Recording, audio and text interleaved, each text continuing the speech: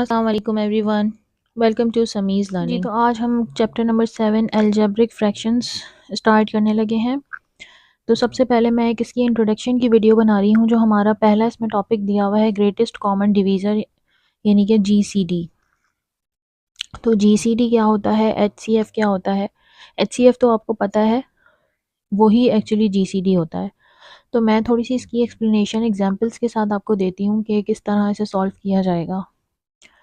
So there is a little bit of definition of GCD कि GCD क्या होता है, ग्रेटेस्ट कॉमन डिवीज़र होता है। इसे हमने पहले एचसीएफ की सूरत में पढ़ा था, जहां हम हाईएस्ट कॉमन फैक्टर निकालते थे। अगर आपको याद हो, हम एलसीएम, एचसीएफ ये सब कुछ निकालते थे, तो वो हाईएस्ट कॉमन फैक्टर कहलाता था। अब यहाँ अलजबरा में हम इसे क्या कहेंगे, greatest common divisor. So students, algebra में इसका मतलब क्या होता है कि वो लार्जेस्ट अलजेब्रिक एक्सप्रेशन जो कि डिवाइड हो जाए दो या उससे ज़्यादा पॉलिनोमियल से और उसमें कोई रिमाइंडर ना बचे। अच्छा, पहली एग्जांपल मैंने चूज़ की है कि find the GCD of 6x square y and 9x y square. ठीक है, इस तरह की एक्सप्रेशंस आपको दी जाएंगी। तो इनको कैसे सॉल्व करेंगे, सबसे पहले हम क्या करेंगे कि ये जो 6x और y हमें सबसे पहला दिया गया है, इसके हम फैक्टर्स बनाएंगे, कोफिशिएंट के भी और वेरिएबल के भी, जैसे कि हम एचसीएफ निकालते हुए बनाते थे। अगर थोड़ा सा रिकॉल हो सके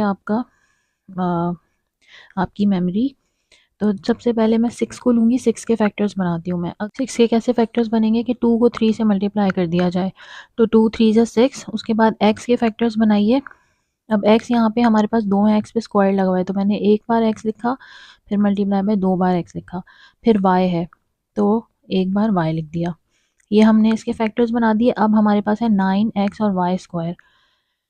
तो अब यहाँ पर हम 9xy स्क्वायर के फैक्टर्स बनाते हैं। 9 का फैक्टर क्या बनेगा, 3 3 जा 9, 3 मल्टीप्लाई बाय 3 इज़ 9।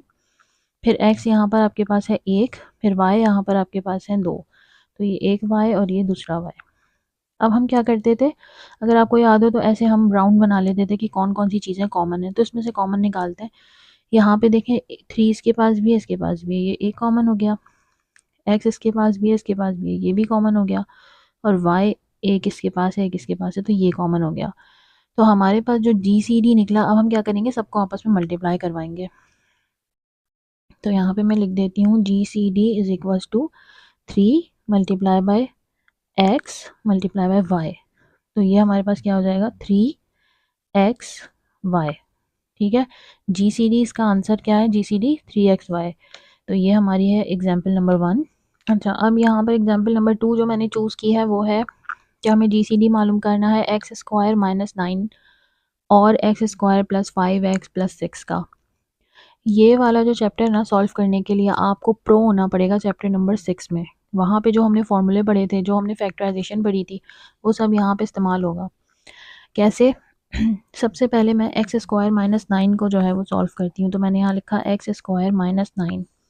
अब यहाँ पे देखिए आप, हमने फॉर्मूला पढ़ा था एक ए स्क्वायर माइनस बी स्क्वायर का। ये है ए स्क्वायर, ये है माइनस का बी स्क्वायर। सही है, क्या था फॉर्मूला, यहाँ पे मैं रफ में लिख देती हूँ। ए स्क्वायर माइनस बी स्क्वायर बराबर होता है ए प्लस बी इंटू ए माइनस बी के। ये एक आसान सा फॉर्मूला था। यहाँ पे ए स्क्वायर क्या है आपका, एक्स का स्क्वायर, माइनस 9 जो है वो 3 में बंद होगा और इस पे स्क्वायर लगेगा, तो जब ये ओपन होगा तो ये बन जाएगा एक्स स्क्वायर माइनस 9। ठीक है, यही बन गया ना। तो एक्स स्क्वायर माइनस 9 पे हमें ये देखना होगा कि कहाँ पे कौन सा फॉर्मूला लग सकता है। ठीक है, क्यूब वाला या स्क्वायर वाला, जो भी। तो यहाँ पे स्क्वायर वाला फॉर्मूला लग रहा है। अब मैं इसको किस तरह ओपन कर सकती हूँ, ये है x माइनस 3, तो मैं इसे ओपन करूँगी x plus 3 into x minus 3 में। ठीक है, ये तो इसके दो फैक्टर्स बन गए। दूसरा वाला क्या है आपका, x square plus 5x plus 6। अब यहाँ पे देखिए हमारे पास 3 टर्म्स दी हुई हैं। अब इसमें हमें देखना है कि इसमें क्या हो सकता है, फॉर्मूला लग रहा है या फैक्टराइजेशन हो रही है। फॉर्मूला तो नहीं लग रहा है इसमें, लेकिन इसमें फैक्टराइजेशन हो रही है। तो जनाब यहाँ पर हो रही है फैक्टराइजेशन। कैसे? देखिए एक मैंने आपको 2 फैक्टराइज़ेशन सिखाई थी। एक थी जिसमें यहाँ कोएफ़िशिएंट लगा होता था फर्स्ट के साथ, एक थी जिसमें नहीं लगा होता था। तो यहाँ पे हम वो वाला मेथड यूज़ करेंगे जिसमें कोएफ़िशिएंट नहीं लगा होता था। यहाँ पे 5 का जो है वो हम 5 को ब्रेक करते हैं ऐसे कि वो जो है याद होगा आपको प्लस माइनस हो तो ये आए और फिर मल्टीप्लाई हो तो ये आए, सेंटर वाला प्लस माइनस हो गया है। तो अब मैंने इसके इसके मैंने फैक्टर्स बनाए हैं। पहला एक्स स्क्वायर, 5 को मैंने ब्रेक किया है प्लस 3x और 2x में। देखिए 3 और 2 प्लस होके बनेंगे 5 सेंटर वाला, और 3 2 मल्टीप्लाई होके बनेंगे 6। तो इसका मतलब मैंने सही फैक्टर्स बनाए हैं। फिर यहाँ पे प्लस का 6 आ गया। अब क्या करेंगे, नेक्स्ट स्टेप होता था इसका कॉमन लेने का फैक्टराइजेशन में। तो यहाँ से इन दोनों में से x कॉमन आ गया, यहाँ पे बचा x प्लस 3, और इन दोनों में से 2 कॉमन आ गया, यहाँ पे भी बचा x प्लस 3। तो जो दो एक जैसे ब्रैकेट्स होते थे उनको हम एक बार लिखते थे और एक ब्रैकेट को एक बार लिखते थे। अब हम देख लेते हैं इन दोनों को कंपेयर करके, x प्लस 3 और x माइनस 3, x प्लस 3 और x प्लस 2। तो दोनों के पास x प्लस 3 है। तो यहाँ पे हमारा जो है वो GCD क्या होगा, जो कॉमन निकलेगा वो, यानी कि x प्लस 3। ठीक है, ये एक तरीका हो गया। ये मैं आपको सिर्फ मतलब मेथड्स बता रही हूँ कि कितने मेथड से सॉल्व हो सकता है। एक तो जब आपको सिंपल नंबर्स इस तरह से दिए गए हों तो आप ऐसे फैक्टर्स बना लेंगे। फिर आपको अगर इस तरह की कोई टर्म्स दी गई हों जहाँ कोई फार्मूला लग रहा है, फैक्टराइजेशन लग रही है, तो आप इस तरह से फार्मूला लगा के फिर फैक्टराइजेशन करके उनको ब्रैकेट्स बनाएंगे और उनको फिर कंपेयर करके उसमें से कॉमन निकाल के GCD निकालेंगे। ये एक और मेथड हो गया। अब एक और एग्जाम्पल की तरफ चलते हैं। अच्छा, अब मैंने जो एग्जाम्पल चूज़ की है वो है एक्स क्यूब माइनस एक्स और एक्स स्क्वायर माइनस 1। ठीक है, तो सबसे पहले हम एक्स क्यूब माइनस एक्स जो है इसको सॉल्व करते हैं। X cube minus x. अच्छा, अभी देखिए फ़िलहाल इसके ऊपर कोई फॉर्मूला नहीं लग रहा। इधर भी अगर क्यूब होता तो फिर कुछ फॉर्मूला वगैरह लग जाता। तो अब हमें देखना है कि हम इसमें मज़ीद किस तरह इसको सॉल्व कर सकते हैं। तो मुझे जो है वो इसमें ये लगा कि अगर मैं x को कॉमन निकाल लूँ तो फिर मैं इस पे डिफरेंस ऑफ स्क्वायर, यानी कि जो अभी मैंने फार्मूला इससे पहले वाली एग्जांपल में जो डिफरेंस ऑफ स्क्वायर वाला फार्मूला यूज़ किया था वो मैं यूज़ कर सकती हूँ। कैसे? इन दोनों में से अगर x कॉमन निकल गया तो यहाँ पे एक x रह गया, इसके पास 3 थे ना, तो इसके पास 2 रह गए, और इसके पास क्या रह गया, यहाँ पे से एक ही x था वो बाहर चला गया, तो यहाँ पे माइनस का 1 रह गया।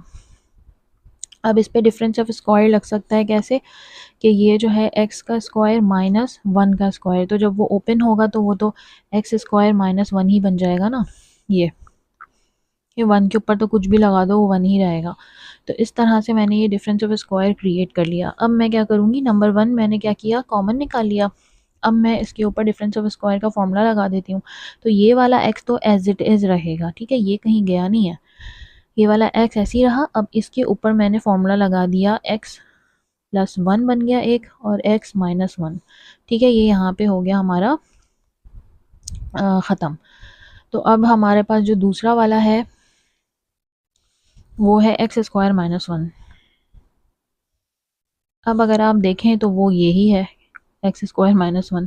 तो इसके ऊपर भी डिफरेंस ऑफ स्क्वायर फार्मूला लगेगा, एक्स प्लस 1 और एक मरतबा एक्स माइनस 1। ठीक है, अब जब हम इन्हें कंपेयर करेंगे तो हमारे पास क्या निकलेगा, GCD दोनों के पास है, एक्स प्लस 1 इसके पास भी है, इसके पास भी है, और x माइनस 1 इसके पास भी है, इसके पास भी है। तो ये हो गया हमारा दो जो इसके ऊपर फॉर्मूले लगाए हमने, तो दोनों कॉमन ब्रैकेट्स निकाल लिए और ये वाला x रह गया ऐसे ही। तो ये इस तरह से GCD हम निकाल सकते हैं by using different formulas and different techniques of factorisation. और जो डिटेल जो है ना वो वीडियो मैं इंशाल्लाह बनाऊंगी एक्सरसाइज 7.1 की, उसमें जो भी नए फार्मूलाज आते रहेंगे I will explain. Thank you so much for your time. If you find my content useful, please do like, subscribe and share. Thank you so much. Allah Hafiz.